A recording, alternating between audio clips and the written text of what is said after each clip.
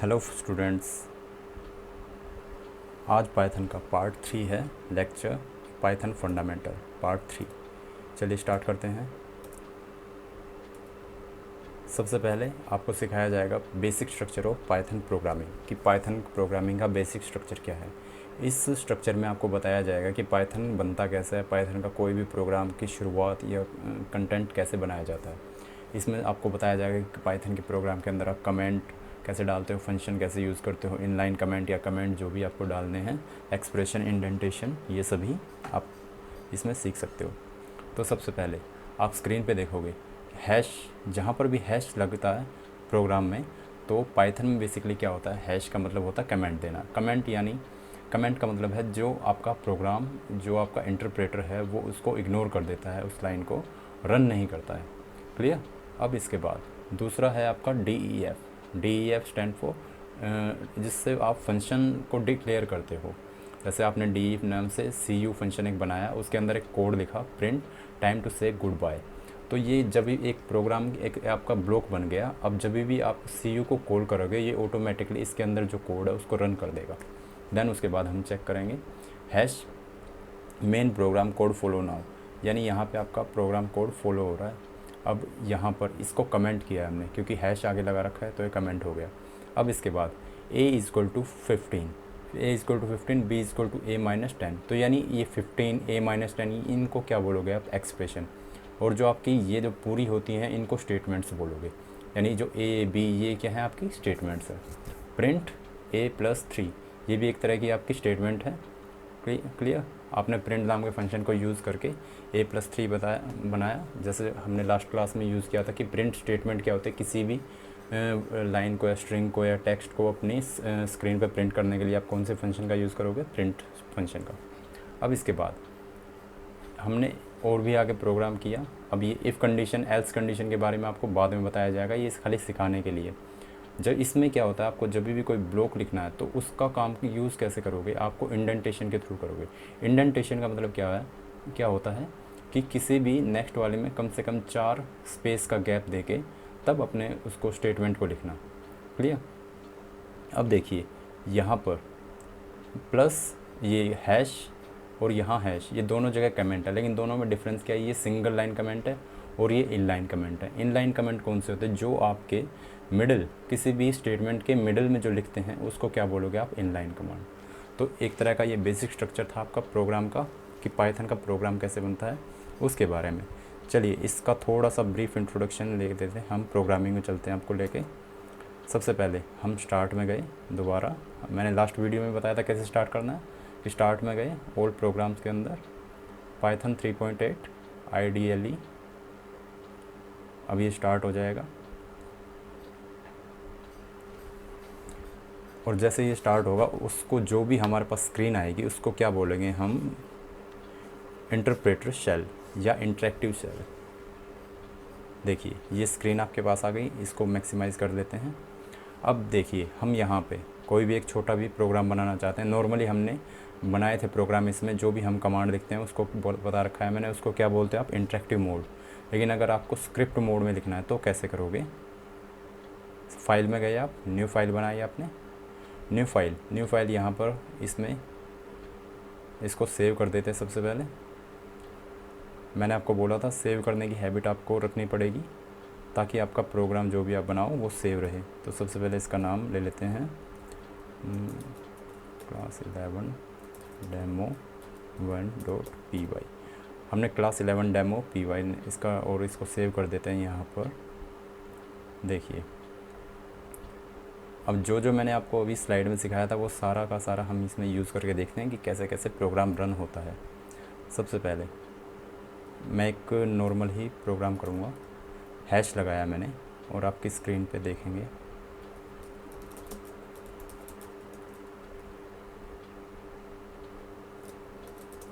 This program show a program components, ये लिखा हमने। इसके बाद फिर डेफिनिशन ऑफ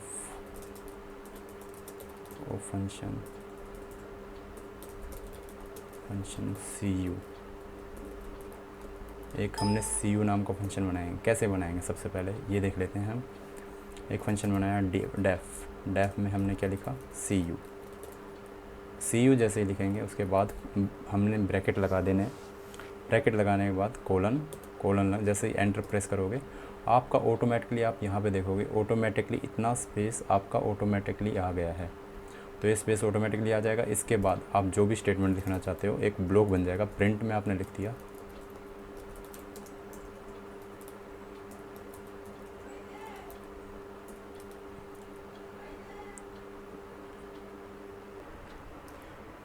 चलिए, अब इसके बाद प्रिंट टाइम लिखा हमने।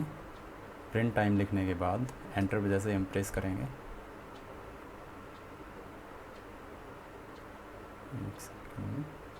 एंटर प्रेस किया हमने, उसके बाद स्टेटमेंट को पूरा कर देते हैं। ट्रिम टाइम टू से गुड बाय। तो एक स्टेटमेंट हो गई हमारी। इसको बोलते हैं हम, ये जो भी लिखा हमने इसको बोलते हैं ब्लॉक ऑफ स्टेटमेंट, यानी एक कंप्लीट ब्लॉक हो गया ये वाला। हम इसमें और भी कुछ ऐड करना चाहते हैं तो वो भी कर सकते हैं। हे हेलो डियर, सपोज़ हमने ऐसा कुछ लिखा तो एक स्टेटमेंट और ऐड हो गई हमारी। अब इसके बाहर जैसे ही आप आ जाते हो तो यानी एक आपका फंक्शन का ब्लॉक क्रिएट हो गया है यहाँ पर। अब इसको चाहो तो आप कॉल कर सकते हो। क्लियर। अब इसको फंक्शन को आपको रन करना है तो कैसे करोगे रन। देखिए सबसे पहले अभी इसको रन करके देखोगे आपकी स्क्रीन पे कुछ मिलेगा नहीं आपको, क्योंकि आपने इसको फंक्शन को बनाया है लेकिन कॉल कहीं पर नहीं गया। देखिए यहाँ पे ब्लैंक स्क्रीन आ गई। अब इसके बाद क्या करोगे आप, जैसे ही अपने आपकी स्क्रिप्ट मोड में, इसको बोलते हैं स्क्रिप्ट मोड, ये मैंने आपको बता रखा है स्क्रिप्ट मोड। एक और दोबारा आप सुन लीजिए। स्क्रिप्ट मोड में जैसे ही आप लिखोगे सी यू और ब्रैकेट को क्लोज़ कर दोगे, एंटर प्रेस करके इसको सेव कर दोगे। अब इसको दोबारा रन करिए। इस बार जैसे ही आपने रन किया दोनों स्टेटमेंट रन होके आ गई। ठीक है, यानी यहाँ पे आपका आउटपुट सक्सेसफुली स्क्रीन पे आ गया। अब देखिए यहाँ पर आप चाह रहे हैं कि इसमें ही कुछ और भी आप कोड ऐड करो, जैसे मैंने आपको बेसिक स्ट्रक्चर में बताया था, और भी आप कोड ऐड कर सकते हो। कैसे कैसे, सपोज़ एक वेरिएबल लिया a is to 15, then b is to आपने ले लिया a माइनस 10, यानी b में क्या वैल्यू आ जाएगी, a में से 10 माइनस करके जो भी वैल्यू रहेगी a की, और उसमें से 10 माइनस करने के बाद वो किस में चली जाएगी, आपकी b में। फिर उसके बाद आपने प्रिंट कर दिया a+3, यानी a में जो भी वैल्यू रहेगी और उसमें 3 प्लस करके ऐड हो जाएगा। यानी आप अपनी तरह से जो भी आपके लॉजिक हैं उनको डेवलप करके जिस भी तरह का आप कोड बनाना चाहते हो वो बना सकते हो ईज़िली। चलिए इसको थोड़ा सा अब प्रिंट करके देखते हैं हम।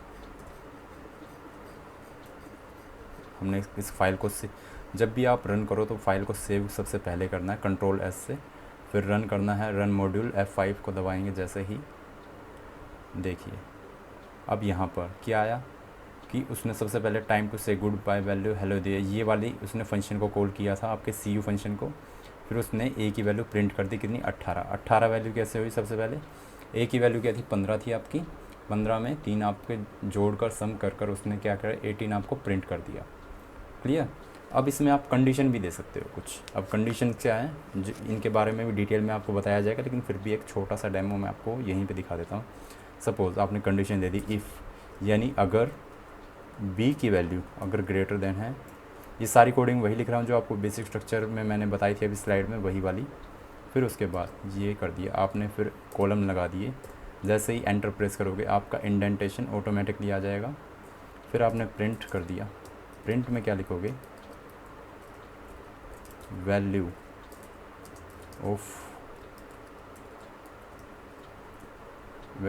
a was more than 15। Clear.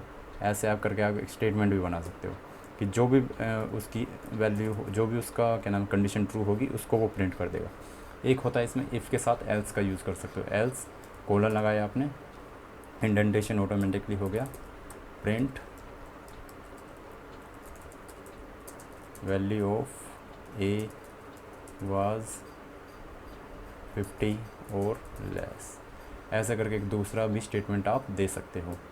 यानी यहाँ पर, और सपोज़ आप अपने सी यू फंक्शन को फिर से कॉल करना चाहते हो तो इसको यहाँ पर दोबारा कॉल भी कर सकते हो। अब देखो आउटपुट में क्या आएगा, सबसे पहले ये स्टेटमेंट प्रिंट होगी, उसके बाद आपका फंक्शन यहाँ पे कॉल होते ही ये स्टेटमेंट प्रिंट हो जाएंगी। देन फिर आपने यहाँ पर ये कुछ वेरिएबल इनिशियलाइज़ किए, फिर एक कमांड दी यहाँ पर, यानी प्रिंट कमांड ये एग्जीक्यूट होती है आपकी स्क्रीन पर। फिर उसके बाद आपने एक कंडीशन दी, इफ़ अगर b की वैल्यू 5 से ज़्यादा है तो ये प्रिंट होगी। तो इसमें ये डिसाइड करेगा, अगर b की वैल्यू 5 से ज़्यादा हुई तो ही ये प्रिंट करेगा, अदरवाइज़ वो इस वाले कंडीशन को प्रिंट करेगा। और लास्ट में क्या आ जाएगा हमारा सी यू को एक बार दोबारा कॉल कर देगा। देखिए इसको रन करते हैं, पहले सेव किया कंट्रोल एस से, रन पर गए, रन मॉड्यूल किया हमने। अब शेल में देखिए हमारा पूरा का पूरा आउटपुट यहाँ पर आ गया। सबसे पहले उसने यहाँ पर फंक्शन को रन किया, फिर वैल्यूज़, फिर इस वाले वैल्यू देखिए वो कंडीशन उसने ट्रू बताई तो वो 12 से कम थी और लेस थी। फिर उसके बाद एक बार दोबारा उसको सी यू फंक्शन को कॉल कर दिया। क्लियर। तो ये आपका था बेसिक पाइथन का स्ट्रक्चर की पाइथन के प्रोग्राम कैसे कैसे बनते हैं। तो अब दोबारा स्लाइड की तरफ चलते हैं।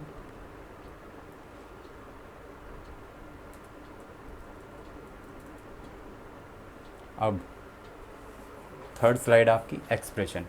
जैसा कि मैंने प्रोग्राम में आपको बताया, एक्सप्रेशन क्या होता है, कोई भी लीगल कम्बिनेशन ऑफ सिंबल जो रिप्रेजेंट करते हैं किसी वैल्यू को।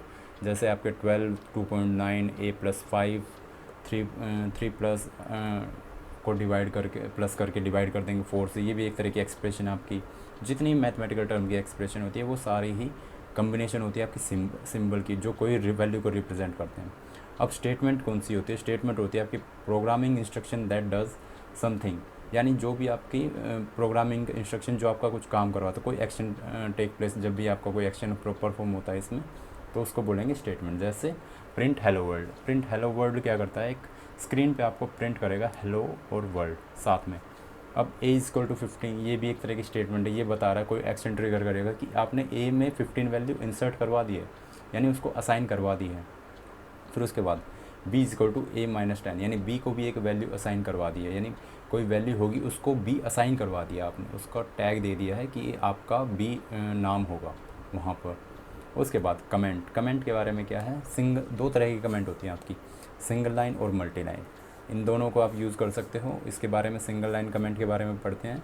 एडिशनल रीडेबल इन्फॉर्मेशन, यानी जो भी आप एडिशनल रीडेबल इन्फॉर्मेशन आप अपने प्रोग्राम में या सॉफ्टवेयर में देना चाहते हो, सिंगल लाइन कमेंट के थ्रू दे सकते हो। ये क्या होती है, इग्नोर्ड बाय पाइथन इंटरप्रेटर, यानी पाइथन इंटरप्रेटर इनको इग्नोर करता है। Comment begin with symbol hash, यानी कमेंट कौन से सिंबल से रिप्रेजेंट होता है, हैश, यानी सिंगल लाइन कमेंट जो भी आपको करना है। अब मल्टी लाइन कमेंट क्या होता है, more than one line comment use single और डबल ट्रिपल कोटेड, यानी जो आपके ट्रिपल कोटेड वाले होते हैं सिंबल, उनको यूज़ करके आप मल्टी लाइन कमेंट भी बना सकते हो। जैसे मैं यहाँ पे आपको दिखाता हूँ करके, एक बार स्क्रीन पे देखिए एक बार। जैसे यहाँ पर अभी सपोज़ हम यहाँ पे कमेंट देना चाहते हैं, तो 3 बार हमने ये लिखा, उसके बाद हम कुछ भी कितना भी hello dear how are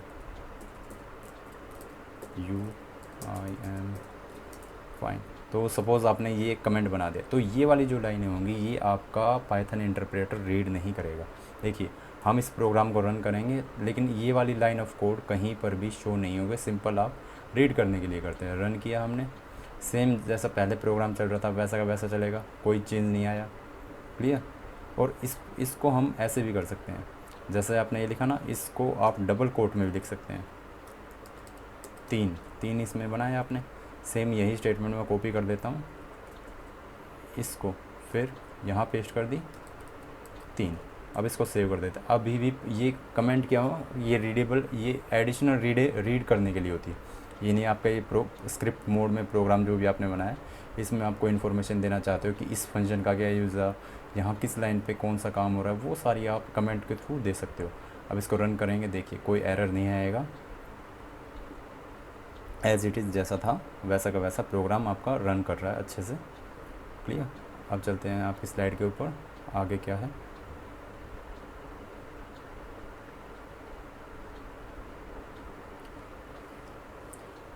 clear. तो ये वाली स्टेटमेंट भी आपसे क्लियर हो गई। इसमें एक्सप्रेशन, स्टेटमेंट, कमेंट के बारे में हमने पढ़ लिया। अब बारी आती है आपकी फंक्शंस के बारे में। जैसा कि फ़ंक्शन के बारे में हमने पिछले प्रोग्राम में पढ़ लिया, अब इसके बारे में थोड़ा सा डेप्थ में पढ़ लेते हैं कि फंक्शंस होता क्या है। फंक्शन क्या होता है? Function is a code that has a name. Function क्या एक कोड होता है जिसका कोई नाम होता है और इट कैन बी रीयूज्ड, यानी इसको दोबारा रीयूज़ किया जाता है। रीयूज़ यानी एग्जीक्यूट, दोबारा कोड करना, यानी दोबारा बुला रहा हूँ उसको। By specifying its name in the program, जब भी ज़रूरी हो, वैन वेयर नीडेड, जहाँ पे भी इसकी ज़रूरत हो दोबारा उसको बुला सकते हैं ये। DEF यानी डेफ क्या है? एक तरह का कीवर्ड है जो फंक्शन को क्रिएट करने के लिए काम करता है पाइथन में। यानी पाइथन में अगर आपको कोई फंक्शन क्रिएट करना है तो आपको DEF यानी डेफ कीवर्ड का यूज़ करना पड़ेगा। अब इसका सिंटैक्स बेसिकली मैंने आपको बता रखा है, पहले भी एक बार दोबारा बता देते हैं ताकि, क्योंकि आपका बिल्कुल बेसिक बिगनर्स लेवल है तो आपको पता होनी चाहिए छोटी छोटी चीज़ें। DEF क्या होता है? DEF के बाद आप फंक्शन का नाम लिखोगे, कोलन लगाओगे, फिर स्टेटमेंट लिखोगे। You can call a function, just type a name of it and put A bracket. आपको फंक्शन अगर कॉल करना है, आपको क्या करना है? सिंपल फंक्शन का नाम लिखना है, ब्रैकेट लिखना है, आपका फंक्शन कॉल हो जाएगा। एग्जाम्पल जैसे DEF नेम आपने एक बनाया, उसके बाद print my name is Rohit और नेम को कॉल कर दिया। यानी यहाँ पर आपका क्या हो रहा है? डेफिनेशन ऑफ फंक्शन, यानी आपने फंक्शन की डेफिनेशन यहाँ पे लिख दी है। और यहाँ पर क्या है? आपका ब्लॉक ऑफ स्टेटमेंट, यानी आपकी स्टेटमेंट्स हैं यहाँ पर, और इसको बोलते हैं इंडेंटेशन। यानी डेफ और प्रिंट के बीच नीचे ये जो है स्पेस आपका, इसको इंडेंटेशन बोलते हैं। आपके प्रोग्राम में मैंने दिखा दिया है। अब इसके बाद नेम को हमने कॉल कर दिया, यानी आपका नेम नाम का जो फंक्शन था उसको कॉल कर दिया। चलिए अब देखेंगे इसके आगे। अब बात करते हैं वेरिएबल्स की। वेरिएबल्स क्या होता है? वेरिएबल्स के बारे में आपको थोड़ा सा बता दिया जाएगा।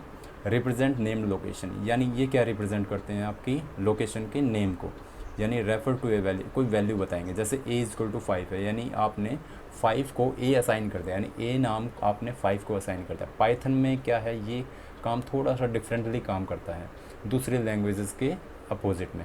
यहाँ पे क्या होता है? बहुत सा हर एक वैल्यू के लिए आपको अलग मेमोरी लोकेशन दी गई है।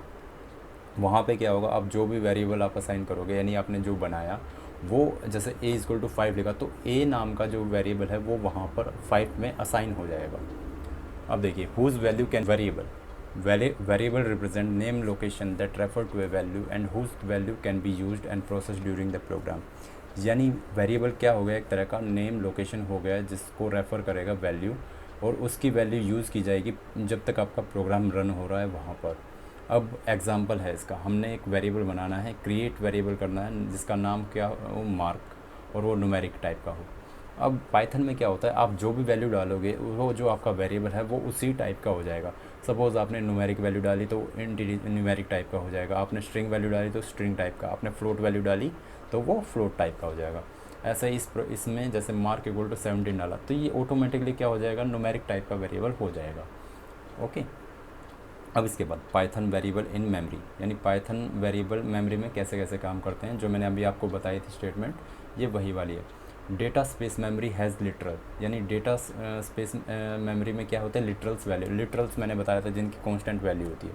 तो यानी पाइथन में क्या होता है? उसमें ऑटोमेटिकली कुछ जितने भी लिटरल्स हैं, यानी जितनी भी कांस्टेंट वैल्यू है, जितने भी उनकी फ़िक्स एक लोकेशन बना रखी है, उनको डिफाइंड मेमोरी लोकेशन पे अटैच कर रखा है, और हर एक मेमोरी लोकेशन पे क्या है? उनके एड्रेस हैं, तो वो उनके थ्रू ही आप वो काम करते हैं नॉर्मली। अब जैसे एक एग्जांपल है, एज=15, यानी हमने एक वेरिएबल लिया एज और उसकी वैल्यू डाल दी 15। फिर दोबारा हमने क्या किया? एक और वेरिएबल लिया, सेम वेरिएबल को हमने 20 दे दिया। तो क्या हो जाएगा? सबसे पहले एज 50 को असाइन था, नेक्स्ट टाइम जब हम एज=20 देंगे तो वो दोबारा 20 को असाइन हो जाएगा। क्लियर? अब first value 50 is assign to variable age, then value of 20 assign to, तो उसके बाद उसको 20 वैल्यू असाइन हो जाएगी। तो ये सिंपल आपका वेरिएबल का कंसेप्ट था।